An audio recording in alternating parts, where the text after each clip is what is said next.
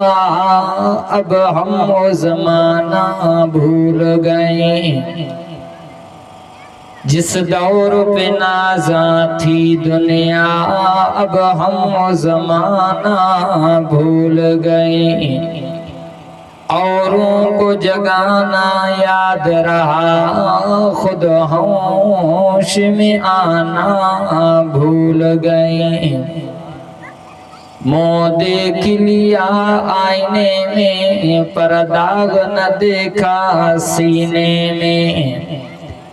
दिल ऐसा लगाया जीने में, मरने को मुसलमान भूल गए। आज़ान तो अब भी होती है मस्जिद के फिजाओं में। ए अनवर जिस ज़रब से दिल हिल जाती थी, वो ज़रब लगाना भूल गए। कोई पलियां नाज़ा नखरे विच, कोई रेत गरम ते थल चलिया। कोई बन गया रौनक अखियां दी, कोई छोड़ के शीश महल चलिया। कोई भूल गया मकसद आवन दा, कोई करके मकसद हल चलिया। उस्ताद फरीदा इथे हर कोई मुसाफिर है, कोई कल चलिया कोई अज चलिया। चरागों से न पूछो कि बाकी तेल कितना है, नहीं सांसों से पूछो कि बाकी खेल कितना है। पूछो तो जरा कब्र में सोए हुए इंसानों से, अमल हो जिंदगी में तो कब्र में चैन के साए। इन लाडी स्टाफ जे भरसों कोठ हाजी मोहम्मद हारून कलोई जी प्यारी जमात दीनदारो कलमे वारो तवई असां इन रात जी वगड़े में हिन जलसे फिक्र आखिरत में मरहूम हाजी मोहम्मद हारून जी हिन ईसाले सवाब जी प्रोग्राम में अवई असां गड थियाऊं। इंतहाई मोहतरम काबिल एहतराम हरदिल अजीज सैयद अब्दुल समी चनो साहब, आजिज अब्दुल्ला बलोच साहब जिन जी मेहनतुन खिदमतुन सां ही प्रोग्राम सजायो वियो। अल्लाह खां दुआ है त अल्लाह मरहूम जी कब्र ते किरोड़ रहमतूं नाज़िल फरमाए। अल्लाह उन जी कब्र के जन्नत जी बागन मां बाग अता फरमाए। मुझा भाइरो अजीजो दोस्तों ए बुजुर्गो, ये अजो को प्रोग्राम फिक्र आखिरत जे उन्वान सां रखायो वियो आ। फिक्र आखिरत माना अवई असां आखिरत जो फिक्र कयूं। ही दुनिया धोखो आ, ही धोखे वारी अख अवां असां जी बंद थींदी, हकीकत वारी अख खुलंदी, पो अवां असां के हिन वक्त जो कदर थींदो। ऐं ही दुनिया अवां असां समूरन के छड़नी आ। इन दुनिया जे तख्ते ते नबी आया, रसूल आया, पैगंबर आया, वली आया, बुजुर्ग आया, बादशाह आया, तवक्कर आया, सौदागर आया, गद्दागर आया, सबरा रब्बानी वठी रवाना थिया। इन दुनिया जे तख्ते ते अवई असां जी नजर पवंदी आ पोड़े पीउ जे कुल्हे ते नौजवान पुटन जा जनाजा। नौजवान पुटन जे कुल हंदे पोड़े पीउ जो जनाजो, आलिमन जे कुल हंदे जाहिलन जा जनाजा, जाहिलन जे कुल हंदे आलिमन जा जनाजा, फकीरन जे कुल हंदे बादशाहन जा जनाजा, बादशाहन जे कुल हंदे फकीरन जा जनाजा। ये जनाजा अवां असां के सबक दींदा पिया वञन। अल्लाह फरमायो अल्लज़ी खलक़ल मौत वल हयात लियब्लुवकुम अय्युकुम अहसनु अमला। मारब मौत हयाती के पैदा करे, मारब अवां के आज़माइंदुस्ता अवां मां केडन जा सुणा अमल, केर भला अमल कयो दा अचन। को नमाज़ी थी दो अचे, को रोज़ेदार कुरान वारो थियो दो अचे। बहरहाल मुझा भाइरो अजीजो दोस्तों ए बुजुर्गो, ही दुनिया अवां असां समूरन के छड़नी आ। इन दुनिया जे तख्ते ते जेके वेचारा कल घुमण वारा फिरण वारा अज उहे अवां असां के दिसण में नथा अचन। अज हाजी साहब जे इन ईसाले सवाब जो प्रोग्राम रखरायो हुआ। हर इंसान इहो ही सोचे तो सुभाणे इहो टाइम इहो वक्त मूंते बींदो। अज फिलाने जे ला कफन वठियो पियो अचे तो सुभाणे इहो कफन मूंखे बि पारायो ईंदो। अज बे के गुस्ल ॾियारायो पियो वञे त सुभाणे इहो गुस्ल मूंखे बि ॾियारायो वेंदो। अज बे जी जनाज़े जी नमाज़ पढ़ियो थी वञे त सुभाणे मुंहिंजे जनाज़े जी बि नमाज़ थींदी। अज बे जी खट कब्रस्तान जे तरफ़ पे हले त सुभाणे मुंहिंजी खट बि कब्रस्तान जे तरफ़ हलंदी। अज बे जे लाइ क़ब्र कोशाई कयो थी वञे त सुभाणे मुंहिंजे लाइ बि क़ब्र कोशाई कयो वेंदी। अज बे जे लाइ तॾो विछायो पियो वञे त सुभाणे इहो तॾो मुंहिंजे लाइ बि विछायो वेंदो। हर इंसान जे दिल में इहो ई ख्याल हुजे। ऐं ही दुनिया धोखो आहे, हकीकत वारी दुनिया हकीकत आखिरत में अथव। ऐं ही दुनिया छॾण सां ई इंसान माना क़यामत शुरू थी वई। साईं फरमायो मन मात फ़क़त क़यामत क़यामत हू, जेको शख़्स हिन दुनिया मां मरी वियो तहक़ीक़ उन जी क़यामत क़ब्र खां ई शुरू थी वई आहे। हज़रत उस्मान साईं कब्रस्तान जे मथां बीही एॾो रोअंदा हा, एॾो रोअंदा हा, एॾो रोअंदा हा जो सहाबी था चवनि उस्मान भला अवी साईं जन जे साम्हूं ईंदा हो जन्नत ऐं जहन्नम जा तज़कुरा थींदा आहिनि उते एॾो न रोअंदा हो जेतिरो अवी कब्रस्तान जे मथां बीही रोअंदा। उस्मान साईं फरमायो रोआ इन जे करे थो जो इंसान मरण साईं क़ब्र मां उन जी क़यामत शुरू थियो थी वञे। क़यामत के ॿुधी ऐं रोआं, वरी क़यामत जा मंज़र ॾिसी ऐं न रोआं। मां उस्मान क़यामत जा मंज़र माना क़ब्र मां ई क़यामत शुरू आहे। बहरहाल अकुलमंद दाना शख्स उहो आहे जेको आखिरत जी तैयारी करे। छा जी बा? आखिरत जी तैयारी करे। हज़रत बहलूल फ़कीर केर बा अवल अचो तो कुरान शरीफ़ जे कुरान शरीफ़ मां ई ॿुधायां त आखिरत जी तैयारी कीअं कबी। कुरान छा थो चए? अवल अल्लाह जो कुरान पढ़ियो अथमि, कुरान जी इन्हनि लफ़्ज़नि जी माना करे अचां थो वाक़िअ ते। अवां जे साम्हूं 27 नंबर सिपारे मां मूं आयतूं पढ़ियूं। इन में अल्लाह हिन दुनिया जी फनायत के बयान कई ऐं चओ त ही दुनिया फना थी वेंदी, कुरान सचो आहे। वरी आवाज़ सां चओ त कुरान सचो आहे। तेलार शवारो फरमाए दो कुल्लु मन अलैहा फान।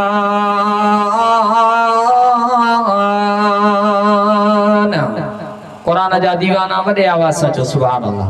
जेके अल्लाह जे कुरान जी मोहब्बत में हली आया हो, जेके दोस्त अवी पोयां वेठल हुयो अॻिते सुरीअ चो, ही जेके परियां टिड़ी फकड़ियो वेठा हो अवी बि वेझा वेझा अचो।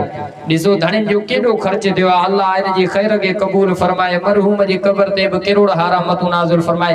अवां जेके दोस्त घर ॿार बच्चा बेठकूं ओताकूं घर नरम गरम बिस्तरा छॾे कुरान ॿुधण आया हो त वेझा वेझा अचो। जेतिरा वेझा ईंदो अल्लाह जी रहमत वेझो ईंदव। अबा घर छॾे एसी ताईं आया हो त पोइ अञा वेझा अचो। हाणे बार बार न चवरायो। इंशाअल्लाह मुखां बाद में बुजुर्ग शख्सियत हज़रत मौलाना असांजो उस्ताद साईं एजाज़ अहमद जोखियो साहब साईं जन जो बयान थींदो। इंशाअल्लाह अवांखे साईं अल्लाह जो कुरान अरबी मोहम्मद जो फरमान ॿुधाईंदा। अर्ज़ बे के अल्लाह फरमायो कुल्लु मन अलैहा फाना व यबका वजहु रब्बिका ज़ुल जलाली वल इकराम।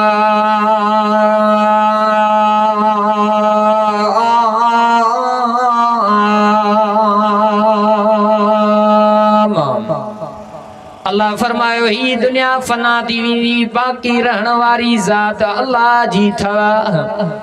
काॾे विया नबी, काॾे विया रसूल, काॾे विया पैगंबर, काॾे विया साहबी, काॾे विया अहले बैत, काॾे विया इमाम। नबी दुनिया छॾे विया, रसूल दुनिया छॾे विया, पैगंबर दुनिया छॾे विया, साहबी दुनिया छॾे विया, अहले बैत दुनिया छॾे विया। त अवां असांखे बि ही दुनिया छॾणी आहे।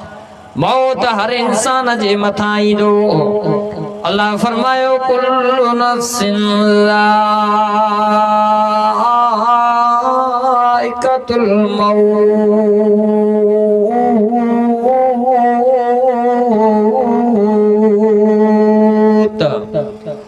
अल्लाह फरमायो हर नफ्स के ज़ाइक़ो मौत जो चखणो आहे। सुम्म इलैना तुरजऊन।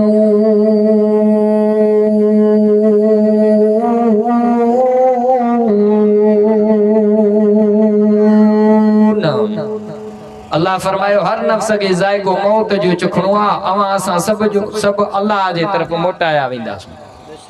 अवां असां सभु अल्लाह जे तरफ़ मोटाया वेंदासीं। दुरूद शरीफ़ पढ़ो या रब्बी साईं पानी खणी अचिजो। वॾे आवाज़ सां दुरूद शरीफ़ पढ़ो। ऐं दुरूद शरीफ़ पढ़ण सां साईं जन फरमाए जेको मां मोहम्मद जे मथां हिकु दफ़ा दुरूद थो पढ़े अल्लाह उन माण्हू जे मथां 10 दफ़ा रहमतूं थो मोकिले। अब छा तो मोकली 10 दफ़ा वॾे आवाज़ सां कसरत सां ये आलिम ही बुजुर्ग अवां असां के समझाइंदा त साईं जे मथा दुरूद पढ़ंदा कयो कसरत सां वॾे आवाज़ सां दुरूद शरीफ कना तू हण त आवाज़ को समझो कना तू हणायो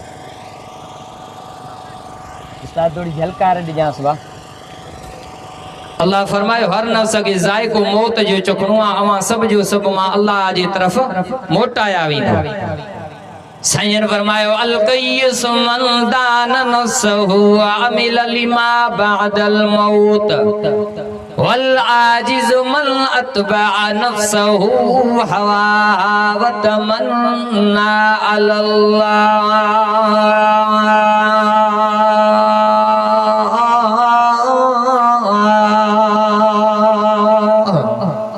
चो तो नबी जी ज़बान सच्ची है साईं फरमायो अकुलमंद शख्स दाना शख्स हुआ जो मरण का बाद लाइ तैयारी करे ऐं बेवकूफ शख्स हुआ जो अल्लाह ते तवक्कल करे भरोसो करे अमल न करे वो बेवकूफ शख्स था अर्ज पे केम तो बलूल फकीर केरबा बलूल फकीर के हारून रशीद बादशाह चयो बलूल ही लठ थई दुनिया जे अंदर वनी को एड़ो मानू गोलिया जेको तुझे नजर में बेवकूफ होजे केर होजे बा बेवकूफ होजे हारून रशीद बादशाह का बलूल फकीर लठ वरतिया हाने लठ वठी करे दुनिया जे कुंड कुरछन में वेठो घुमंदो रहे खबर पई अचानक बलूल फकीर के त हारून रशीद बादशाह जी तबियत खराब थिया हारून रशीद बादशाह हाने बीमारी ये मरहलन में आखिरी घड़न में सो वो बलूल फकीर पान हली करे हारून रशीद बादशाह दे दरवाजे ते आयो बलूल फकीर दो जे हारून रशीद बादशाह गा हारून दे खबर भला तबियत किया जे बहलूल बस आखिरी घड़ियों हन शायद ही दुनिया छड़न वारो आया हारून भला दे खबर जी ही दुनिया छड़न वारो है तो को आखिर जी तैयारी केड़ी कई दई तड़ा हारून रशीद बादशाह दो जे ओ बलूल काई तैयारी काने का मुंह त काब तैयारी कान कया बुधो हाजी मोहम्मद हारून कलोई जे गोठ वारो फकीर आखिर जे प्रोग्राम में अचण वारो तड़ा बलूल फकीर उवाई लठ हारून रशीद बादशाह के दिनी ओ हारून तू का वधिक दुनिया में कोई बेवकूफ ना है जो दुनिया छड़ियो पियो वने आखिर जे तरफ सफर शुरू पियो करे पर आखिर जी तैयारी काने का अल्लाह आखिर जी तैयारी काने का ओई बलूल फकीर एकड़े दी मस्जिद जे दरवाजे ते वेठो आ मानन पुछा कई बलूल मस्जिद में छो न तो वनी दरवाजे ते वेठो है बलूल फकीर दो जे अज मानन जो ही अल्लाह जो ठा वेठो कराया बलूल भला केड़ो मामलो आ केड़ो माजरो आ अब हेडा ध्यान दियो बलूल भला केड़ो मामलो आ केड़ो माजरो आ तना बलूल फकीर दो जे अज अल्लाह ठण ला त्यारा पर मानू न था ठन वरी बैठे दिया गुजरिया सागोई बलूल फकीर कब्रिस्तान जे दरवाजे ते आयो कब्रिस्तान जे दरवाजे ते जे रस्ते मां कब्रिस्तान में मानू दाखिल पिया देन उनी रस्ते जे विच ते वठी सुतो पियो आ ओ बलूल कल कलो कोडिया मस्जिद जे दरवाजे ते आज वरी कब्रिस्तान जे दरवाजे ते वरी हिन जगह ते सुतल बलूल ही सुमन जी जगह काने का इन जगह ते छो सुतो पियो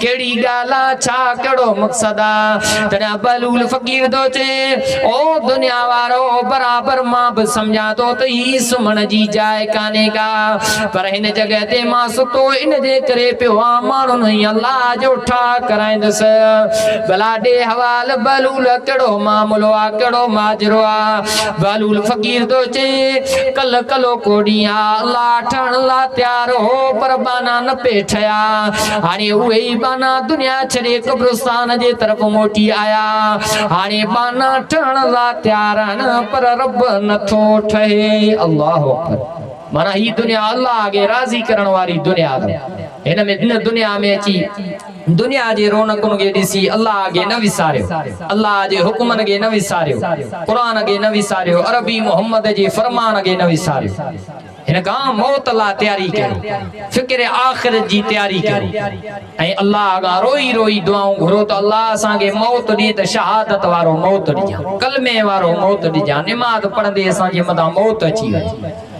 मौत हर इंसान ते ईंदो पर वाह जो मौत थई नमाज़ीअ जो अल्लाह मौत हर इंसान ते मर्द हुजे औरत हुजे बादशाह हुजे फकीर हुजे रईस हुजे गरीब हुजे बुधो कलो हिसाब मौत हर इंसान ते ईंदो पर भले मां भलो मौत थई नमाज़ी जो कुरान वारे जो भले मां भलो मौत थई हाजी जो काजी जो अल्लाह का डजण वारे जो भले मां भलो मौत थई कुरान सा मोहब्बत करण वारे जो भले मां भलो मौत उन्हनि जो थी अज इंसान ॾिसो कहिड़ी हालत में मौत पियो थी के शराब जी हालत में पिया मरन के जिना जे हालत में पिया मरन के चोरी जे हालत में पिया मरन के बुढ़ी पिया मरन अल्लाह अल्लाह का रोई दुआऊं घुरो ऐं पंहिंजी ज़बान ते हर टाइम ते कलमो हर टाइम ते उथंदे वेहंदे पाकाई जी हालत में कलमो पढ़ंदा कयो कसरत सां ऐं जी ज़बान ते जेके लफ़्ज़ जारी हूंदा मरण जे टाइम ते उहे लफ़्ज़ इस्तेमाल थींदा राज़ो हो केरबा राज़ो हो एकड़ो ओ राज़ो राज़ को कंदो हुयो ओ राज़े जी तबियत अचानक खराब थी वई तबियत जी खराब थी शागिर्द के खबर पईया तो उस्ताद जी तबियत खराब थी जी राज़न जे पुठियां शागिर्द हुंदा ओ मिटन अजीजन अची मथा चेस कलमो पढ़ पर हुन जी ज़बान चुरई न कन में पिया चवन का उन जे मते इन न चवंदा के तो कलमो पढ़ बराबर बल्कि अमी उन जे मता कलमो पढ़ो तो हु अवा जी ज़बान मा कलमो बुद्धि करे हु कलमो पढ़े तो उनके बार बार पिया चवन त कलमो पढ़ तो तुझो मौत ही दम टुटई सा आसानी सा निकरी पर राज़ो चपई न पियो चोरई हाने जरा उस्ताद की खबर शागिर्द के पईया शागिर्द उस्ताद जी तरफ आयो ॾियो खबर तरा मिट अजीज़ता चो न तुझे उस्ताद जो दम टुटई न दो भला उस्ताद के चो त कलमो पढ़े सा आसानी सा निकरे मिटन अजीजन के चई परे थी वञो मां तो उस्ताद के चवां अल्लाह जी मां तो उस्ताद के चवां ओ शागिर्द कन में चीची उस्ताद टाइम पूरो थियो थई अल्लाह सबक दवा इने मंजर के समझो उस्ताद टाइम पूरो थियो थई तरा उने राज़े जी ज़बान चप चुरिया ज़बान ते कलमो जारी दियो ला इलाहा इल्लल्लाह मुहम्मदुर रसूलुल्लाह दम टुटियो अल्लाह तरा माण्हुनि खे ॻाल्हि समझ में न आई परेशान जेडे खबर भला कन में छा चईस चे मां पंहिंजे उस्ताद के चेम त टाइम पूरो थियो थई चे ॻाल्हि समझ में न थी अचे जॾहिं शाम जो टाइम थींदो हो उस्ताद जो कम पूरो थींदो हो मां चवंदो उस्ताद टाइम पूरो थियो थई उस्ताद कवाज़े ते हूंदो हो दीवार ते हूंदो हो कंहिं बि कम में हथ में मसरूफ़ हूंदो हो उन टाइम ते शयूं फिटियूं करे उस्ताद चवंदो हो ला इलाहा इल्लल्लाह मुहम्मदुर रसूलुल्लाह हर टाइम जिंजे ज़बान ते ये लफ्ज़ हूंदा त उनके ई सबक ॾियारबो आ उस्ताद टाइम पूरो थियो थी सागी ॻाल्हि समझ में अची वई चप चुरी आदम टुटी कलमो पढ़ंदे ऐं अल्लाह जो कुरान भी ईअं अवां असांखे सबक थो ॾे अल्लाह फरमायो इन्नल्लज़ीना क़ालू रब्बुनल्लाह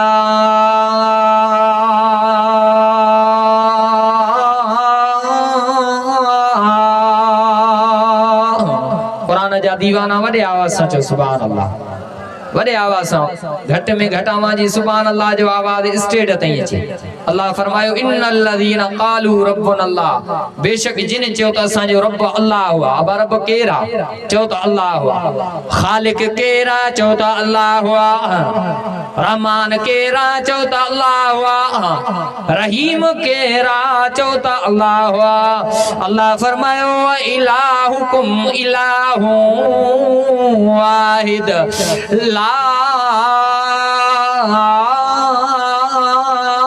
इलाहा इल्ला हुवर रहमानुर रहीम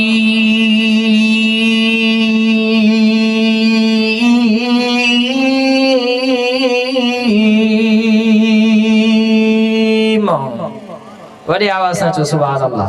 रहमान केर चओ त अल्लाह हुआ। रहीम केरा चओ त अल्लाह हुआ। रोज़ी रसाइण वारो केर चओ त अल्लाह हुआ। अल्लाह फरमायो अमा मिन दाब्बतिन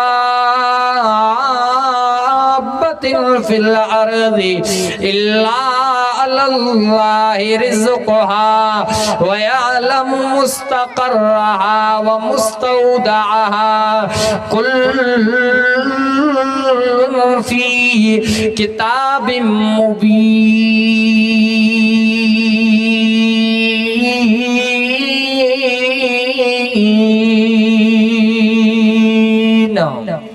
अल्लाह फरमायो अमी त इंसान आयो पर मां रब जानवरन खे रोज़ी रसाइण वारो। अवी त इंसान आयो पर मां रब जीतन खे रोज़ी रसाइण वारो आहियां। अवी ज़मीन खोटींदा हो अबा हेठां जीत ॾिसण में ईंदा या न ईंदा। इन्हनि खे रोज़ी केरु थो पहुचाए चओ त अल्लाह।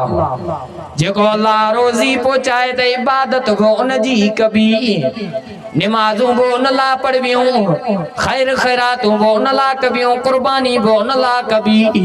अल्लाह फरमायो कुल इन्ना सलाती व नुस्की व महयाय व ममाती लिल्लाहि रब्बिल आलमीन।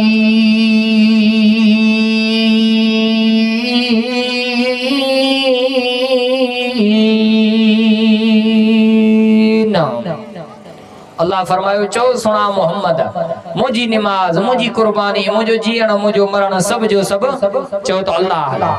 अरबी मोहम्मद के अल्लाह इहो हुकुम कयो आ पर वरी अवां ई असां नमाज़ूं पढ़ूं था।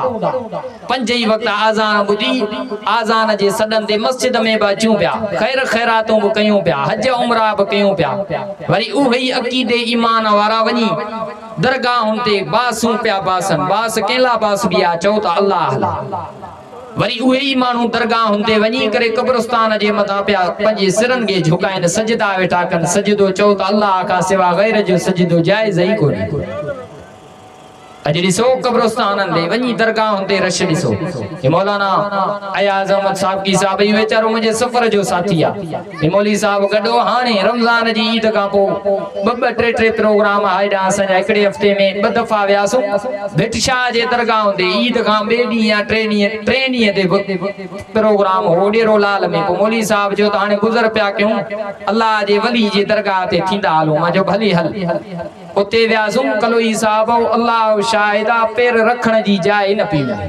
मौली साहब के जम गाड़ी वापस कर।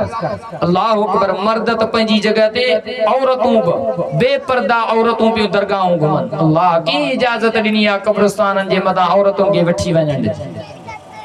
मौली साहब के जिम त गाड़ी वापस कर। असीं वापस थियासीं रात जो 1 बजे असीं उतां मोटिया। मौली साहब जो हाणे भला हाज़िरी भरायो हलूं, वरी या नसीब अल्लाह जो वली आ दुआ घुरो। मां जो हाणे भली हल। उते वियासीं वरी रात जे टाइम ते बि पैर रखण जी जाइ न पई मिले। वापस उन दरवाजे जे साम्हूं बि दुआ घुरीसीं, अल्लाह अचण क़बूल फरमा, बाक़ी कम घणो आहे।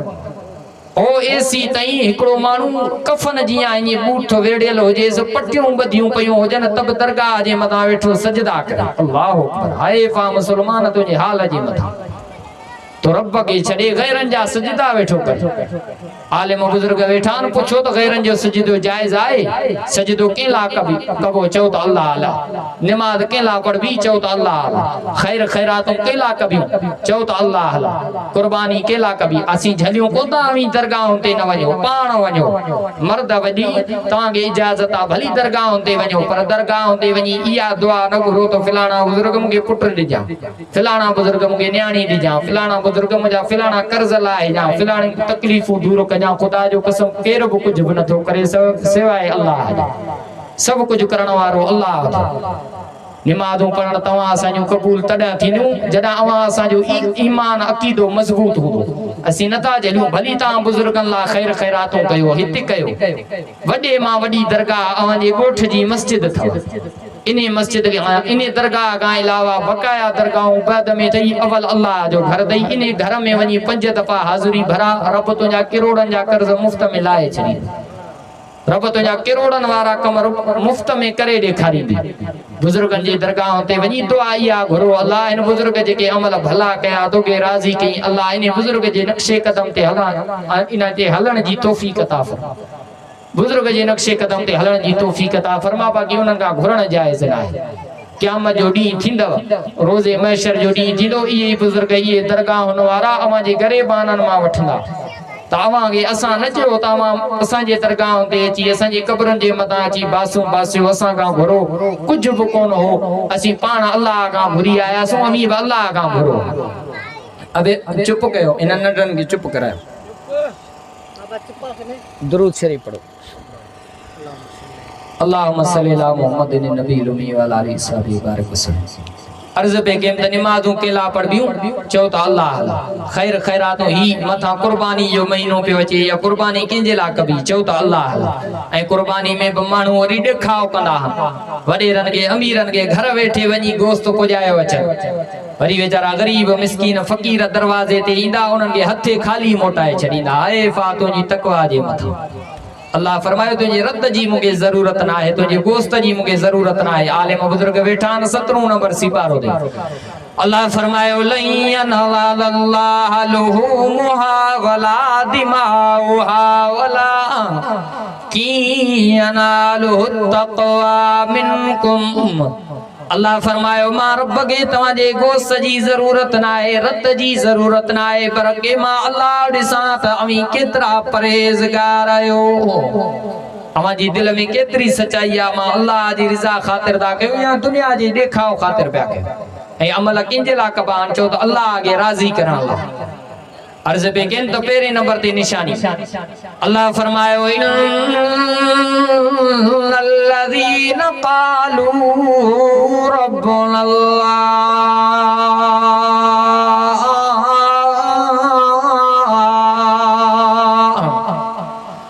ए सुना मोहम्मद चो जिन माण्हुनि चयो त असांजो रब अल्लाह हुआ उन्हनि रब चयो असांजो अल्लाह हुआ उन्हनि खे तकलीफ़ूं ईंदियूं आज़माइशूं ईंदियूं ॾुख ईंदा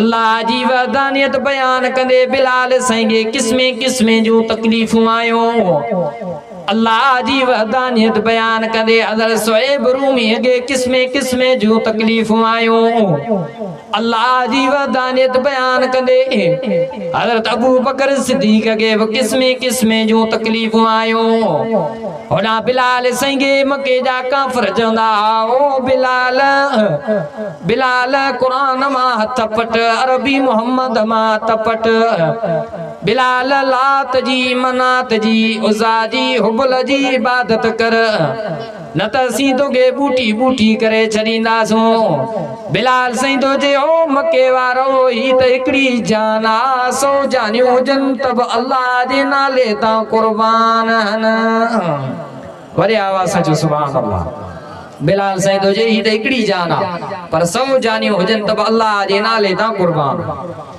बिलाल साईं के किस्मे किस्मे जो तकलीफूं आयूं बेहोशी जी हालत बिलाल साईं जे मथा अची वई वरी बिलाल साईं होश में आया अहद अहद जा लफ्ज़ पिया हलन त अल्लाह अकेलो आ अल्लाह अकेलो आ रब हिकु आ अब रब घणा चो त अल्लाह अकेलो आ अल्लाह जो कुरान तो फरमाए अल्लज़ीना क़ालू रब्बुनल्लाह बेशक जिन माण्हुनि चयो त असांजो रब अल्लाह हुआ सुम्मा इस्तक़ामू कोन ते इस्तिक़ामत कयो ततनज़्ज़लु अलैहिमुल मलाइकतु अल्ला तख़ाफू वला तज़नू वअबशिरू बिल जन्नतिल्लती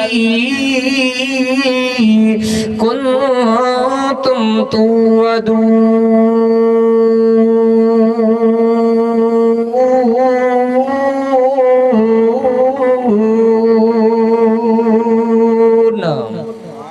अल्लाह फरमाए जिन माण्हुनि चयो त असांजो रब अल्लाह हुआ सुम्मा इस्तक़ामू ततनज़्ज़लु अलैहिमुल मलाइका पोइ इस्तिक़ामत कई मरण जे टाइम ते अल्लाह उन जे मथां मलाइका नाज़िल कंदो अल्लाह मलाइका मोकिलींदो वॾे आवाज़ सां चओ सुभान अल्लाह अॼु अवां जे ॻोठ में मां बि सॼी सिंध बलोचिस्तान हलियो आहियां पर अॼु अवां खे मां ईअं माठ पियो ॾिसण में अचां अञा अवां खे शायदि 22 वारी बोर्ड यादि पई अचे घट में घट सुभान अल्लाह जी सदा ते हेसी ताईं हुजे स्टेट ताईं ऐं नबी साईं फरमायो जेको हिकु दफ़ा सुभान अल्लाह दो चई अल्लाह उन जे लाइ जन्नत जे अंदरि हिकिड़ो वणंदो पोखराए छॾे भले मां भलो घोड़ो उन वण जी छांव ते 3 ॾींहं लगातार सफ़र करे त उन जी छांव कान खुटंदी ऐं चओ त नबी जी ज़बान सची आहे वरी भी जेके दोस्त पोयां वेठा हो अबामी वेझा वेझा अचो पंहिंजी ज़िंदगी छॾियो वेझा वेझा अचो जेके जेतिरा वेझा ईंदो अल्लाह जी रहमत बार्डर झलियो वेठा हो जंग पई हले वेझा वेझा अचो जेतिरा वेझा ईंदो अल्लाह जी रहमत ओ अबा अवांगे पियो चवां हिते न चवां त देगूं लथियूं न वेझा वेझा अचो त सभु खणी कुल्हा ॾींदो वेझा वेझा जेतिरा वेझा ईंदो इंशाअल्लाह जल्दी हथ पटींदोसां जेसीं ताईं आज स्टेट ते न ईंदो पोइ मूंखे पाण विहारे वियो हाणे जेसीं अचे इंशाअल्लाह मुंहिंजी ज़मानत थींदी पोइ अवां मां हथ पटींदुसि छो त आलिम बुज़ुर्ग वेठा वरी आवाज़ सां चओ सुभान अल्लाह सुभान अल्लाह जो आवाज़ घटि में घटि स्टेट ताईं अचे न त ईअं महसूस थींदो मास्तर आहे जेको स्कूल में ॿारनि खे पीटी वेठो कराए वॾे आवाज़ सां चओ सुभान अल्लाह अर्ज़ बेकिन सुम्मस्तकामू जेके इस्तिकामत ते हलिया त तनज़्ज़लु अलैहिमुल मलाइका पोइ जॾहिं उन्हनि जे मथां मौत आयो त उन्हनि जे मथां पहिरियां मौत खां अॻु में अल्लाह मलाइक नाज़िल कंदो मलाइक मोकिलींदो ऐं मलाइक उनखे जेके लफ़्ज़ चवंदा क़ुरान उहो बि बयान करे छॾे तॾहिं मलाइक चवंदा अल्लाह तख़ाफू वला तहज़नू अल्लाह दो उन्हनि मलाइकनि खां चवराए हाणे मुंहिंजे बाने खे चओ त ख़ौफ़ बि न कनि ग़मगीन बि न थियनि व अबशिरू बिल जन्नति लती कुंतुम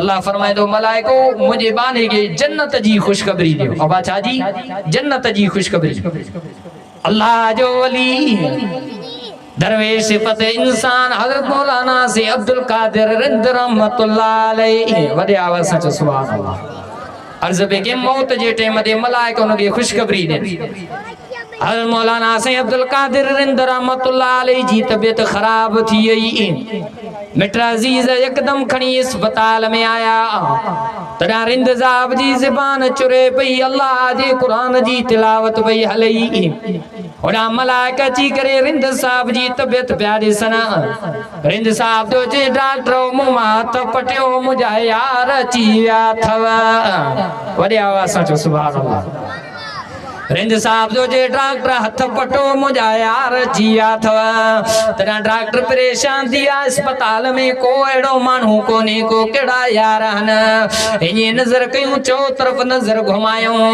को ॾिसण में कोन आयो ओ डॉक्टर मूं मां हथ पटियो मुंहिंजा यार अची विया अथव डॉक्टरनि हथ पटिया ज़बान पई चुरई ला इलाहा इल्लल्लाह मुहम्मदुर रसूलुल्लाह दम परवाज़ थियो त माना उन्हनि खे जन्नत जी खुशखबरी मिली वई न त अल्लाह अहिड़नि माण्हुनि जी तारीफ़ कई त अल्लाह तख़ाफू वला तहज़नू न ख़ौफ़ कयो न ग़मगीन थियो व अबशिरू बिल जन्नति लती कुंतुम तुअदून अल्लाह फरमायो बल्कि इन्हनि खे खुशखबरी ॾियो जन्नत जी जीअं जन्नत जी अल्लाह उन्हनि सां वाइदो कयो रब जन्नत जो वाइदो अवां सां कयो अवां असां सां कई या न कई वरी अल्लाह उन्हनि माण्हुनि जी बि तारीफ़ कई जिन जे मथां अल्लाह जिन जे लाइ जन्नत तयारु कई आहे कुरान में अल्लाह उन्हनि जी बि तारीफ़ कई आहे कुरान जा दीवाना ॿई हथ खणी चओ सुभान अल्लाह वॾे आवाज़ सां चओ सुभान अल्लाह इसे ख़ालिद हुसैन भट्टी ही माशाअल्लाह सोशल मीडिया जो वर्कर अल्लाह अकबर ये आलिमनि जा बुज़ुर्गनि जा वाइज़ नसीहतूं नात ख़वाननि जूं नातूं ही ॿुधी करे ही रिकॉर्ड करे दुनिया जे कुंड कुर्छ ताईं पियो पहुचाए ऐं दुआ कयो त अल्लाह अल्लाह हिन खां अञा बि दीन जी ख़िदमत मज़ीद वठे से ख़ालिद हुसैन भट्टी साहब खां अल्लाह हिन जी उमिरि अमल में सिहत में बरकतूं अता फरमाए वॾे आवाज़ सां चओ आमीन अर्ज़ पे कयमि त अल्लाह उन्हनि माण्हुनि जी बि तारीफ़ कई आहे जिन जे लाइ अल्लाह जन्नत तयारु कई आहे 22 नंबर सिपारो सूरह अहज़ाब जूं आयतूं क़ुरान जा दीवाना वॾे आवाज़ सां चओ सुभान अल्लाह अल्लाह फरमायो इन्नल मुस्लिमीन वल मुस्लिमात वल मुमिनीन वल मुमिनात वल्कानितीन वल्कानितात वस्सादिकीन वस्सादिकात वस्साबिरीन वस्साबिरात वल्खाशिईन वल्खाशिआत वल्मुतसद्दिकीन वल्मुतसद्दिकात वस्साइमीन वस्साइमात वल्हाफिज़ीन फुरूजहुम वल्हाफिज़ात वज़्ज़ाकिरीन अल्लाह कसीरन वज़्ज़ाकिरात।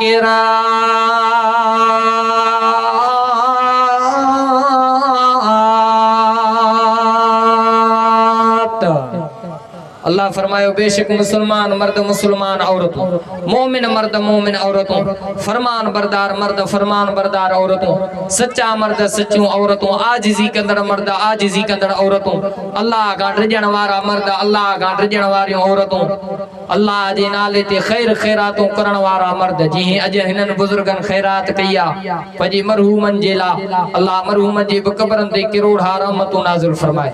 अल्लाह फरमायो खैर खैरातूं करण वारा मर्द खैर खैरातूं करण वारियूं औरतूं, रोज़ेदार मर्द रोज़ेदार औरतूं, पंहिंजे घरनि जी हिफ़ाज़त करण वारा मर्द पंहिंजे घरनि जी हिफ़ाज़त करण वारियूं औरतूं, मां अल्लाह जो ज़िक्र कसरत सां करण वारा मर्द, मां अल्लाह जो ज़िक्र कसरत सां कंदड़ औरतूं। अल्लाह फरमायो मां इन अल्लाह जन्नत बि तयार करे छॾी, मग़फ़िरत जो ऐलान बि करे छॾियो। बाबो आज़म कयो त इंशाअल्लाह इहे निशानियूं पाण में पैदा कंदासीं, भला अमल कंदासूं, नेक साले अमल कंदासूं, अल्लाह आगे राज़ी करण वारा अमल कंदासूं, कुरान जी तिलावत कंदासूं, आलिमन बुजुर्गन जो उलमा जो साथ ॾींदासूं, वसाख सलामी कई अथम न कभी, हर नई सिज जी सलामी कई अथम न कभी, जमियत मुजी जाना ना हिसाब न सा कोई, कंहिं गैर जी सलामी कई अथम न कभी, वमा अलैना इल्लल बलाग।